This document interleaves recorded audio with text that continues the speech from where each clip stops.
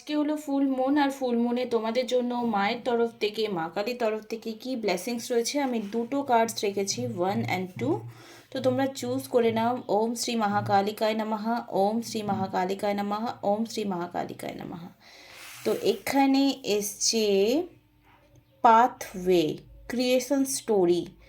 তো সূর্যের মতো উজ্জ্বলময়, চকচকে ঝকঝকে এবং ব্রাইট হওয়ার জন্য কিন্তু সূর্যের মতো প্রথমে পড়তে হবে। যদি তোমার লাইফ এখানে 18 নম্বর কার্ড এসছে, মানে 9 নম্বর, এই বছরটা মঙ্গলের বছর আমরা সবাই জানি।